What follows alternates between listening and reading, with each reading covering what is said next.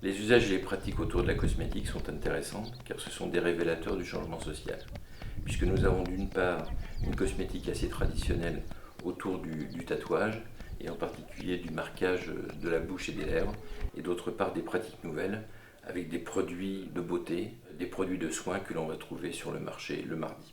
Nous sommes fixés comme objectif d'étude de répertorier les savoir-faire cosmétiques faisant intervenir les végétaux dans le but d'une valorisation des espèces au long de la Grande Muraille Verte. 40 plantes ont été recensées, réparties dans 24 familles. 8 pratiques cosmétiques ont été répertoriées, dont 7 faisant intervenir des produits d'origine végétale. Dans cette vidéo, nous nous intéressons aux tatouages buccaux qui font intervenir 2 types de plantes, c'est-à-dire des plantes aiguës et des plantes colorantes. Les plantes aiguës sont des plantes dont les épines servent d'aiguilles dans les tatouages buccaux, alors que les plantes colorantes sont des plantes dont les graines torréfiées et réduites en poudre servent de colorant dans les tatouages buccaux. Nous avons le soko, c'est-à-dire le tatouage de la gencive, et le tupungal, c'est-à-dire le tatouage du tour de la bouche et des lèvres. Le soko diffère du tupungal. Le tupungal ne se fait qu'une seule fois, maximum 2 dans une vie. Le tatouage de la gencive peut se faire à maintes reprises. Le fait de se tatouer la gencive avec pour vocation de faire sortir le mauvais sang, d'avoir des dents solides, une gencive en bon état. Pour tous les tatouages buccaux, l'idéal aurait été que la femme ne pleure pas, parce que c'est une manière pour elle de montrer un peu que sa lignée est courageuse, et si jamais elle pleurait, elle déshonorerait sa famille. Celles qui ne se faisaient pas tatouer étaient sujettes à des moqueries et symbolisaient une honte pour leur lignée. Appartenir à une lignée de tatoueuses ne suffisait pas pour être une tatoueuse. Il fallait, en dehors de cette condition, maîtriser les versets, les incantations et les traitements indispensables à l'opération du tatouage pour ne pas se faire attaquer par les esprits maléfiques et les personnes mal intentionnées. Le colorant était de préférence stocké dans une corne de ce genre.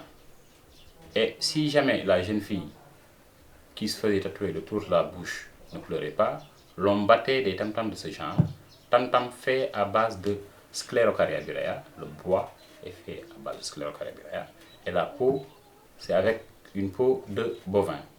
De nos jours, les jeunes femmes utilisent de préférence des aiguilles en fer de ce genre, préalablement bouillies pour éviter les phénomènes de tétanos. À l'époque, les femmes tatoueuses utilisaient de préférence l'acacia céal que voici. S'il n'y a pas d'acacia céal, ils utilisaient l'acacia radiana, et s'il n'y a pas d'acacia radiana, ils utilisaient le Baianthus aewichiaca, très répandu au ferlo. Le mode préparatoire du colorant consiste à piler les graines d'arachide et puis faire avec le tout des boules qu'elles vont disposer autour d'un plat. Et maintenant, au milieu du plat, elles vont mettre de l'huile. C'est soit de l'huile, soit du pétrole qu'elles vont brûler. Et ils vont couvrir le tout avec un grand couvercle. Et c'est la fumée recueillie au sommet du couvercle qui va servir de fimp.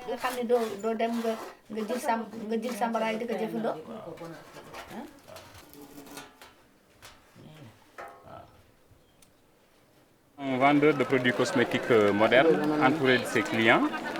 Il vend des produits du genre crème du corps, crème des cheveux, parfum et pas mal de produits que les femmes utilisent au ferlo. C'est ça, là elle me montre du churai. C'est de l'encens qui s'utilise dans les chambres pendant les moments de fraîcheur. Parmi les produits qui sont vendus ici, il y a pas mal de produits dépigmentants. Malgré le fait que les peuls soient des personnes de teint clair, il arrive souvent qu'elles utilisent des produits dépigmentants, ce qui témoigne un peu du fait que la cosmétovigilance laisse à désirer au Sénégal.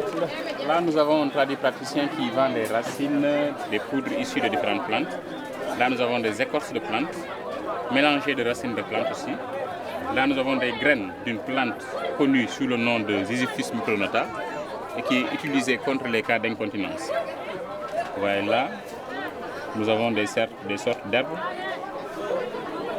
Là, nous avons des feuilles, sûrement des feuilles de Guiera sénégalensis, qui peuvent être utilisées contre le rhume. En poudre, une guerre en wolof. Une guerre en wolof, c'est ça. Les écorces de cette plante peuvent être utilisées contre les dermatoses. La technique des entretiens ouverts semi-structurés, les conversations anodines, les observations directes nous ont permis entre autres de recueillir les savoirs et savoir-faire cosmétiques des Peuls qui peuplent majoritairement cette zone.